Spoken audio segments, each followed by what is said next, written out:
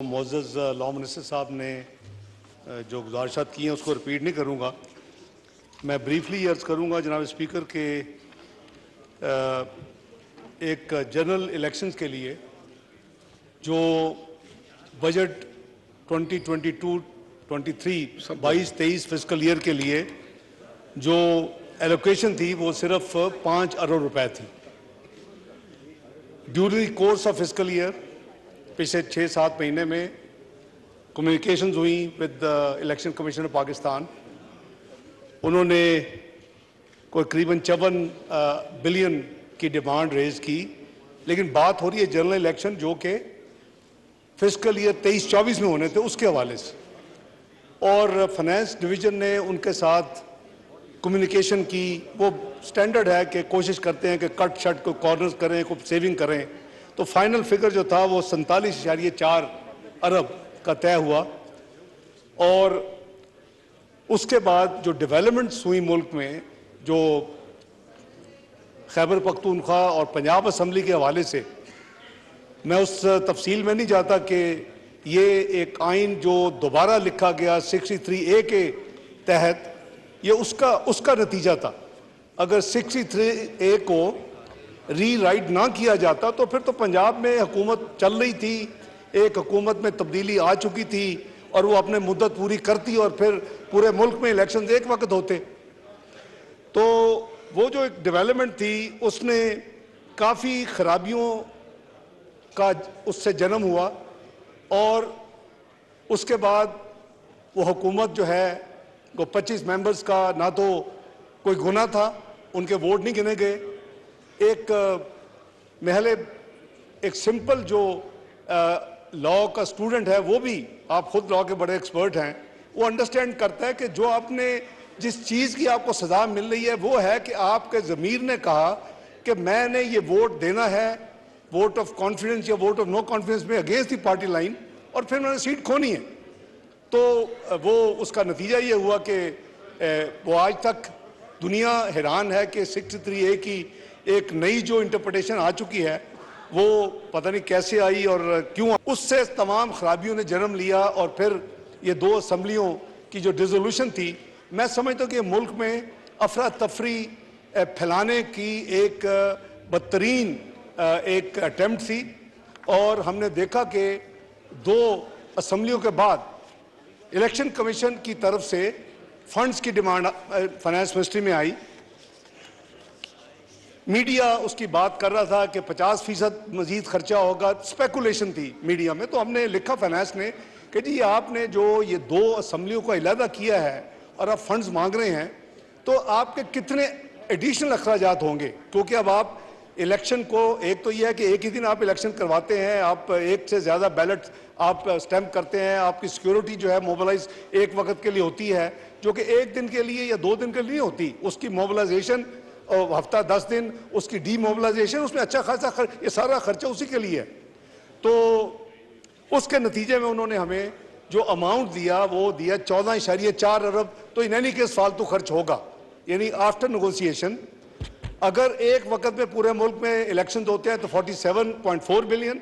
अगर ये दो इलेक्शन स्प्लिट होके होते हैं और वो होते हैं तो फिर एटलीस्ट अनदर 14.4 बिलियन, जिसका मतलब है कि 61 रफली 62 बिलियन जी। तो इस प्रोसेस में जब एक पिटीशन फाइल हुई और एक ऑर्डर आया 4 अप्रैल को, तो उस वक्त इस मुअज़्ज़ज़ ऐवान ने 6 अप्रैल को एक करारदाद पेश की और जो पास किया वो रेजोल्यूशन, उसके मुताबिक फेडरल गवर्नमेंट को, और जिसके नतीजे में फाइनेंस मिनिस्ट्री बाउंड हो गई कि ये पेमेंट जो है ये हम पेमेंट नहीं करेंगे। ये चीज़ एक तरफ है, और दूसरी तरफ आपका आइन जो है वो आर्टिकल खासकर बजट और सप्लीमेंट्री ग्रांट्स, एक्सेस ग्रांट्स के हवाले से आर्टिकल 80, 80, 81, 82, 83, 84 गवर्न करता है। जाहिर है कि इस मुअज़्ज़ज़ ऐवान की जो सेंस थी, जो करारदाद कंसेंसस से पास हुई और जिसके ऊपर जाहिर है कि इखलाकन और अदरवाइज एक जो सॉवरन पार्लियामेंट की जो एहतराम होता है, तो वजारत खजाना के पास सिंपल जो प्रोसेस है जिसको बार बार इन्वोक करने की कोशिश की जा रही है वो अवेलेबल नहीं था। यानी कि पूरे साल में जब आप एक यानी बजटेड अमाउंट से आगे जाते हैं तो या टेक्निकल सप्लीमेंट्री होती है, वो मिनिस्ट्री अपना किसी खर्च को कम करती है, कहती है इधर से हमें हम काट लेते हैं, फलां मद में हमें दे दें, या इंटर मिनिस्ट्रियल भी होती हैं, दोनों मिनिस्ट्रीज की कॉन्सेंट होती है, या फिर प्योर सप्लीमेंट्री होती है कि अगर वहाँ अगर रखा है आपने 5 अरब तो आपको चाहिए और 20 अरब, तो वो एक प्योर सप्लीमेंट्री है कि आपको वो उसके बजट के अंदर नहीं, आपको एक्स्ट्रा देना है।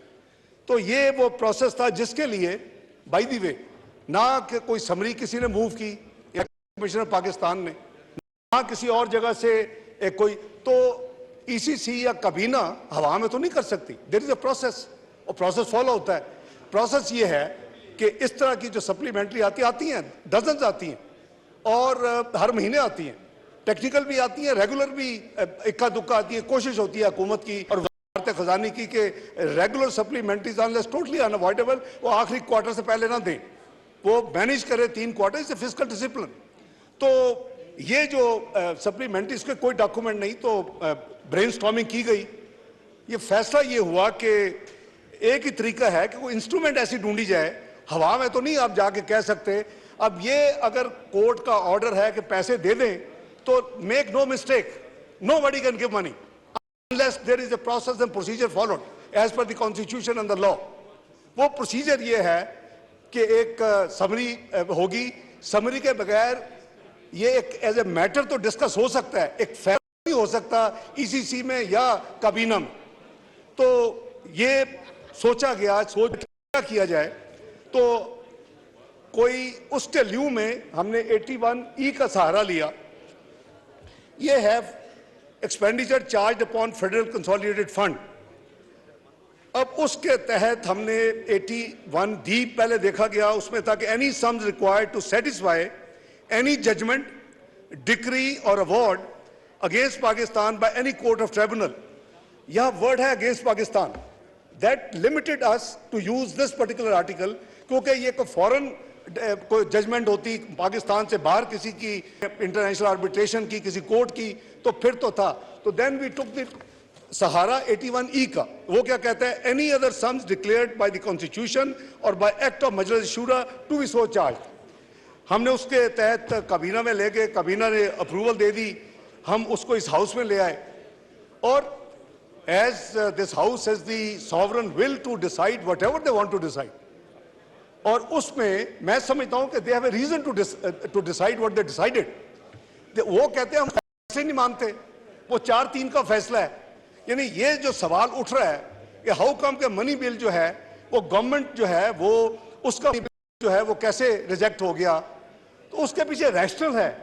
ये जो अपना पूरे पाकिस्तान की नुमाइंदगी करते हुए या नुमाइंदगान बैठे हुए हैं इस मोअज़्ज़ज़ हाउस में, वो उस फैसले को कहते हैं, उसकी करारदाद में है कि हम इस फैसले को नहीं मानते। ये फैसला 438 तो कुछ होना ही नहीं चाहिए था। बहरहाल वो जो एक जुडिशल कॉन्स्टिट्यूशनल लीगल मैटर को एक तरफ भी रख दें, तो हमने पूरी कोशिश की कि अगर हमें ये इंस्ट्रूमेंट मिल जाए तो इसके तहत फिर हम एक चार्ज एक्सपेंडिचर के तौर पे वी कैन प्रोसीड। तो आपने देखा, आपने चेयर किया, इस हाउस में वो बिल पेश हुआ, 81E के तहत काबीना ने अप्रूव किया और इस हाउस ने उसको अप्रूव नहीं किया, रिजेक्ट कर दी।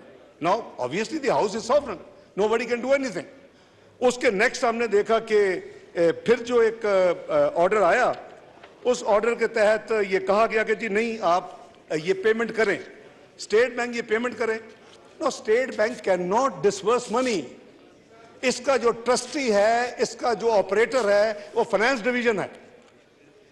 ये समझने वाली बात है। स्टेट बैंक ने यहां तक तो कंफर्म कर दिया कि हमने एलोकेट कर दिया है, जो हमारे FCF अकाउंट में पैसे पड़े हैं 21 बिलियन तक हमने उसको रोक लिया है। आपको याद होगा, होता था चेक गुड फॉर पेमेंट, कि अगर मैंने अपना चेक इशू किया और मैं अपने बैंक के पास गया, वो जो मैंने जिसको देना है वो कहता नहीं भाई मुझे नहीं पता चेक होगा कि, वो पीछे गुड फॉर पेमेंट, वो आपके अकाउंट में उतना बैलेंस ब्लॉक कर लेते। तो स्टेट बैंक इस हद तक तो कर सकता था ऑर्डर पे अमल दरामद करने की, वो ये नहीं कर सकता था जो उनको कहा गया कि आप पैसे रिलीज कर दो। There is no system in this constitution, अगर हमने इसको फॉलो करना। ना फाइनेंस के, अच्छा अब मामला आ गया कि finance will authorise and then they will release. Finance खुद कुछ नहीं कर सकती जब तक सप्लीमेंट्री ग्रांट या टेक्निकल सप्लीमेंट्री ग्रांट का प्रोसेस मुकम्मल ना हो। और यहाँ सबसे जो बड़ी बात थी वो 6 अप्रैल की करारदाद है, जो कि कैटेगोरिक फेडरल गवर्नमेंट को कह रही है कि आप मत पैसे दें, या हम इस फैसले को मानते ही नहीं हैं। तो उसके नतीजे में आपने देखा कि एक और फिर ऑर्डर आ गया, और वो जो ऑर्डर था वो दोबारा उसमें जो मुख्तलिफ जो अभी जनाब लॉ मिनिस्टर साहब ने एक चीज़ एक्सप्लेन की हैं। मैं सबसे पहले तो जब ये ऑर्डर आया तो मैं समझता हूँ कि राइटली सो स्टैंडिंग कमेटी ने अपना सू मोटो उसका, आपकी फाइनेंस कमेटी जो standing committee of national assembly है, उन्होंने क्या कहा कि after threadbare discussion the standing committee resolve and directed the finance division that in order to comply with the orders of the Honorable Supreme Court of Pakistan and the constitutional scheme provided by authorization and release of funds for the purpose of general election, the matter may be placed before the National Assembly in the form of a bill through the Federal Cabinet. This has been necessitated because of the fact that the Supreme Court of Pakistan in its order dated 14th of April had also directed the Finance Division to adopt the constitutional procedure by way of ex post facto approval. Sir, emphasis ex post facto approval. इसमें मैं जरा थोड़ी सी रोशनी डालने की कोशिश करता हूं जी. In order to avoid any future complication whereby the funds are released and ex post facto approvals are not granted, the above course has been recommended. तो ये था जी इस honourable standing committee on finance and revenue of national assembly का फैसला, और उसके नतीजे में ऑब्वियसली हम वापस फाइनेंस डिवीजन फेडरल कैबिनेट को लेके गई, और उस के नतीजे में we took a motion approval ये हुआ हमारा से that supplementary sum not exceeding 21 billion be granted to the federal government to meet the expenditure other than charged during the financial year ending June 2023 in respect of Election Commission of Pakistan demand number 64A. तो जनाब speaker, इसको भी इस house ने इसको भी vote down कर दिया। अब ये एक अगर जब आप ऑर्डर पढ़ते हैं तो ऑर्डर में ये एक extra ordinary transaction, normal transaction यही है कि जी किसी मिनिस्ट्री की अगर सप्लीमेंट्री ग्रांट है, अगर काबीना या प्राइम मिनिस्टर सेटिस्फाइड है तो उसका एक प्रोसेस फॉलो किया जाता है, एक समरी मूव होती है, थ्रेडबेयर डिस्कशन होती है, ईसीसी अप्रूव करती है, फिर आफ्टर मुस्तफा इंपैक्ट्स वो स्टैंड अलोन फिर भी अप्रूवल फाइनल नहीं है, वो काबीना को या काबीना की मीटिंग में या थ्रू सर्कुलेशन काबीना अप्रूव करती है। अब ये एक स्पेसिफिक सिचुएशन है जिसमें हाउस ने पहले 6 अप्रैल को करारदाद पास कर दी और अपनी सेंस दे दी। दूसरी दफा एक अटेम्प्ट की गई कि एक ऐसा इंस्ट्रूमेंट मिल जाए जिसके तहत कोई ट्रांजैक्शन हो सके। वो इंस्ट्रूमेंट था, वो ट्रांजैक्शन के लिए नहीं था, वो एक इंस्ट्रूमेंट था जो ट्रांजैक्शन को करने के लिए था, वो ट्रांजैक्शन इटसेल्फ नहीं थी, उसको भी रिजेक्ट कर दिया। तीसरा, जब वोट ये एक्सपेंडिचर को तीसरी दफा लेके आए तो उसको भी हाउस ने अप्रूव नहीं किया। तो मैं समझता हूं कि ये इन हालात में अभी जो लेटेस्ट ऑर्डर है कि जी ये पेमेंट जो मैं आपकी इजाजत से ये जरा चंद अल्फाज पढ़ देता हूं जी। When viewed from this perspective, the rejection, ये पैरा 8 है ऑफ दिस ऑर्डर जो 19 का है, rejection of demand number 64A जिसका मैंने अभी जिक्र किया और इस हाउस ने उसको रिजेक्ट किया, has serious constitutional implications. One possibility is that the government, and also since the federal cabinet is appointed on the advice of and is headed by him, the Prime Minister, have lost the confidence of the majority of the members of the National Assembly. यह para number 8 है 19 अप्रैल के order का। The learned Attorney General categorically stated that this was not so. The federal cabinet and the Prime Minister have and had at all times the confidence of the majority of the National Assembly. मैंने अभी underline किया है कि ये standard तो money bill pass होते हैं, budget pass होते हैं सारी दुनिया में। It's an extraordinary transaction, extraordinary situation whereby house ने अपनी सेंस पहले दे दी, एक अटेम्प्ट किया कि एक इंस्ट्रूमेंट दे दे जिसके तहत फाइनेंस को उसको मूव कर सके पेमेंट के लिए प्रोसेस, वो रिजेक्ट हो गया। फिर एज सच एक्सपेंडिचर की आ गई उसमें 82(2) के नीचे कि वोटेड एक्सपेंडिचर के तौर पे दे दे, वो भी रिजेक्ट हो गया। तो ये आगे जो मैं समझता हूँ कि जो लिखा है ऑर्डर वो जरा सुन लें। For present purposes, we accept the statement made by the learned Attorney General. The other possibility then is that the putative rejection of demand number 64A is to be regarded as anomalous. मैं समझता हूँ कि ये बड़ा strongly worded है। That means कि यहाँ सारे जो लोग बैठे हैं, क्या इनको कोई समझ बूझ नहीं है कि वो जब रिजेक्ट कर रहे हैं तो वो क्या कर रहे हैं? They know what they're doing. They have categorically expressed their will on 6th of April in this resolution कि हम क्यों कर रहे हैं इसको अपोज है, क्यों फेडरल गवर्नमेंट ना करे।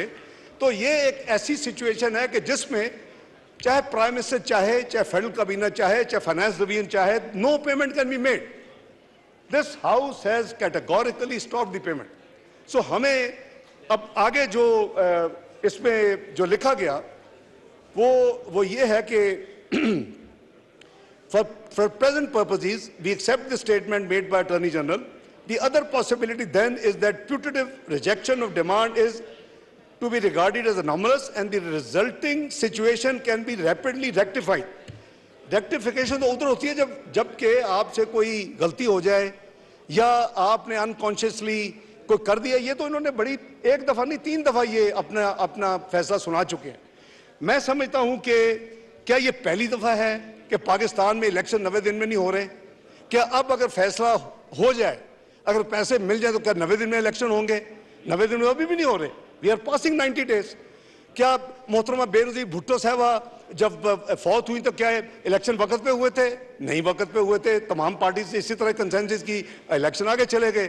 क्या जब कैलेमिटी आई 88 में तो इलेक्शन वक्त पे हुए थे? So there are precedents. आपका article if I am not wrong 254, अगर आपका कोई टाइम लाइन के साथ कोई एक्शन है as per the constitution of Pakistan and it is not perform within timeline but it has been perform, it is a very much legitimate and legal action.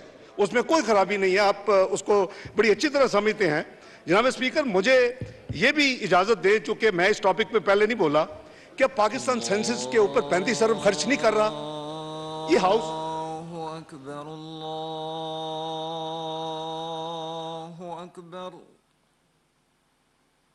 Allahu Akbar, Allahu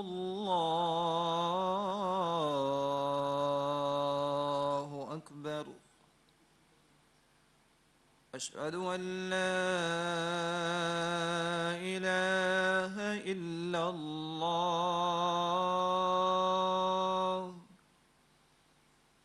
Ashhadu an la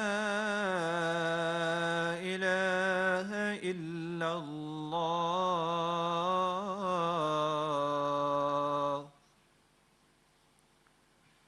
Ashhadu anna Muhammadan Rasulullah.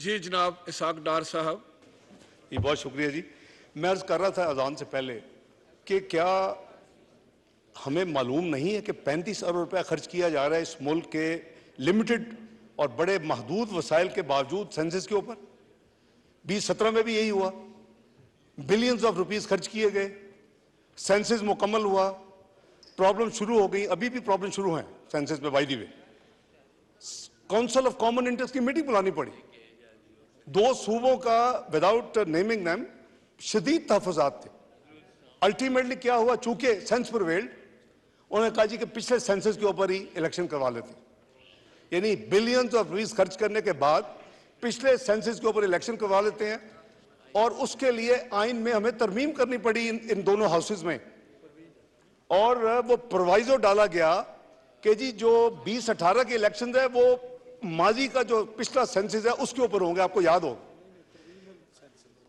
जी, ये मुझे correct कर रहे हैं कि provisional census के ऊपर, लेकिन एक प्रोवाइजो डाला गया और उसमें जो हमारा स्टैंडर्ड रिक्वायरमेंट अभी भी सेंसस की रिपोर्ट किसी वक्त भी ड्यू है, उसका अपना एक प्रोसेस है, डीलिमिटेशन होंगी, सब कुछ होगा, और उसके बाद फिर हल्का बंदियां होंगी।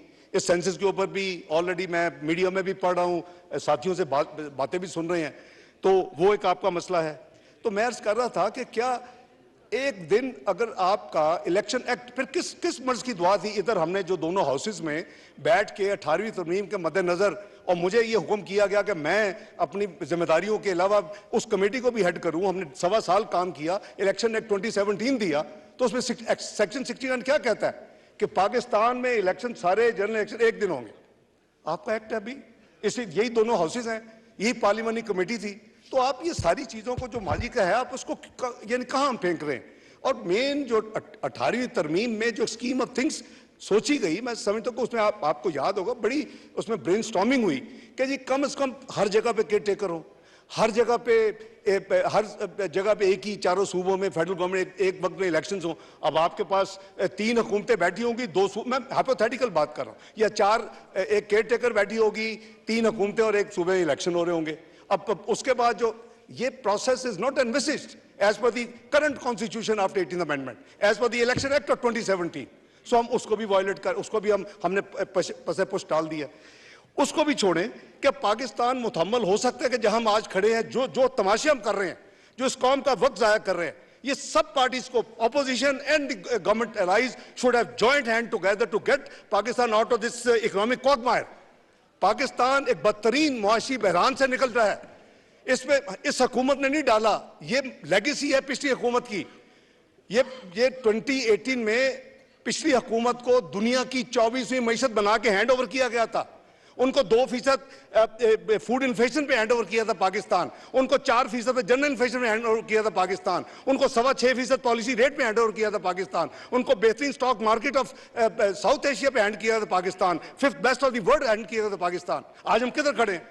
आज हम जो 126 बिलियन की पाकिस्तान की स्टॉक एक्सचेंज की वैल्यू थी, वो इस 5 साल में, पिछले 5 साल में जो इसमें ड्रामे हुए इस मुल्क में, पनामा ड्रामा, डॉन ड्रामा, और जो यानी एक इलेक्शन चोरी करना, एक अपने सिलेक्टेड को ला के बिठाना, और मुल्क में जो तबाही हुई है, आज हम किधर खड़े हैं?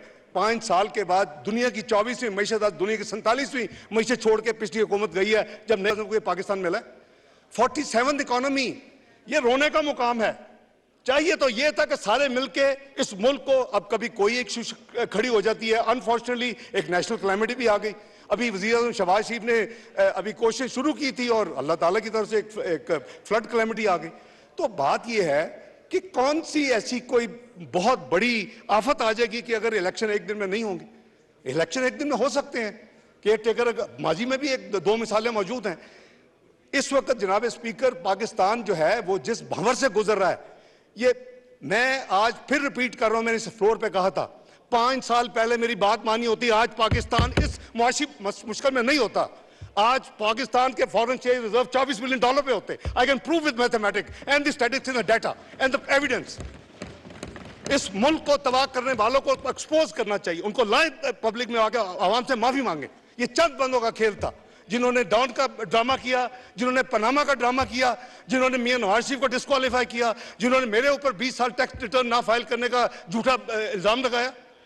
बात यह है कि वही पाकिस्तान आज तो कुछ और पाकिस्तान होता। चाहिए तो ये था कि प्रेडिक्शन दे के 2030 में पाकिस्तान दुनिया के जो प्रीमियम क्लब है G20 का मेंबर होगा। मैं नहीं कह रहा, ये प्राइस वाटर्स कूपर्स की रिपोर्ट है। चाहिए तो ये था कि सब मिलके इसको टाइमलाइन को रिड्यूस करते। 20, 25, 26 में जिस स्पीड से आपका मुल्क जा रहा था, आप इजीली उसके मेंबर होते। आज आपका नेबर कंट्री इंडिया उसका मेंबर है और वो 5वें नंबर से 4थे नंबर पे चला गया। तो जनाब स्पीकर, पाकिस्तान के मुआशी मसाइल जो हैं वो इस हुकूमत के किए दिए नहीं है, it's a legacy they inherited. And उसको जाहिर है, it's not a electricity switch on end off button कि जी ये आए हैं तो एक स्विच ऑन करेंगे और स्विच ऑफ करेंगे तो ये सारा ठीक हो जाएगा। They trying their best. दुनिया परेशान है कि ये पाकिस्तान कैसे डिफॉल्ट नहीं होगा। अंदर से भी वही आवाजें आ रही थी पिछले 1 साल में और बाहर से भी यही आवाजें आ रही थी, डिफॉल्ट डिफॉल्ट डिफॉल्ट, बॉन्ड पे नहीं होगा, ये पेमेंट 1 बिलियन की नहीं होगी। अल्लाह के फल से एक पेमेंट 1 मिनट डिले नहीं हुई पाकिस्तान की, जब से वज़ीर-ए-आज़म शहबाज शरीफ ने जिम्मेदारी उठाई है। तो जनाब स्पीकर, मैं समझता हूं कि किधर है हुब्बुल वतनी, किधर है पाकिस्तान का फिक्र। आज बिखरे पड़े हैं। इलेक्शन, व्हाट इलेक्शन, क्या हो जाएगा इलेक्शन अगर 3-4 महीने बाद हो जाएगा तो क्या, कौन सी मुसीबत है। Let the election be in October, कुछ नहीं होगा।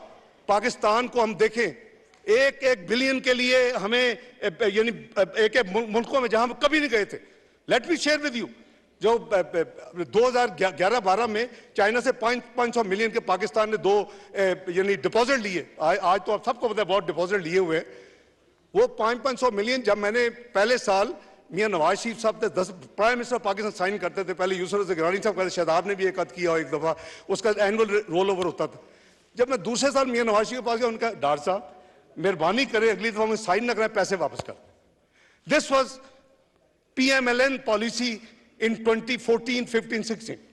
हमने तो किसी से जाके पैसे नहीं मांगे, ये पिछली हुकूमत ने ये काम शुरू किया और जाके छोड़ दिए हमें, चंद रिजर्व छोड़ के चले गए और फिर बड़ी डटाई के साथ मुल्क में सियासत कर रहे हैं।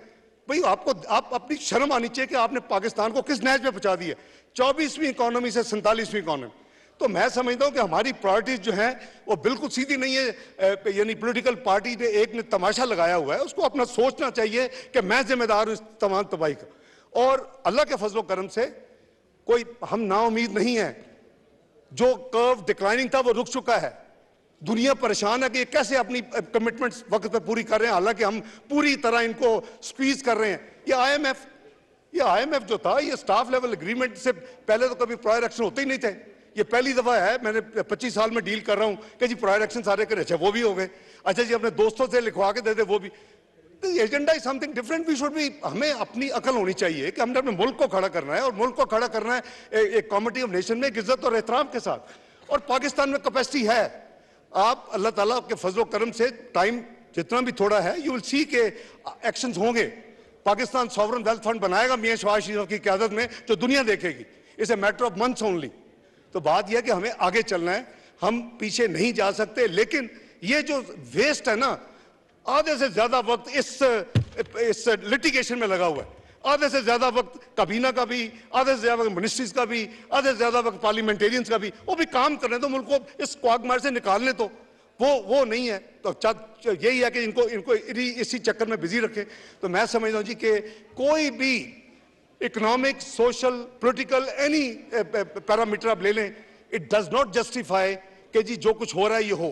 हैविंग सेड दैट, मैं ज्यादा वक्त नहीं लेता। प्रश्न ये है कि अब जो लेटेस्ट डेवलपमेंट है, जहां वज़ीर आज़म बैठे हैं, ये और बाकी साथी हैं अपने व्यू देंगे, लेकिन दिस हाउस शुड डिसाइड। आपने एक रेजोल्यूशन के जरिए वज़ीर आज़म को, काबीना को मना किया। आपने एक इंस्ट्रूमेंट यहाँ काबीना लाई, उसको आपने रिजेक्ट किया।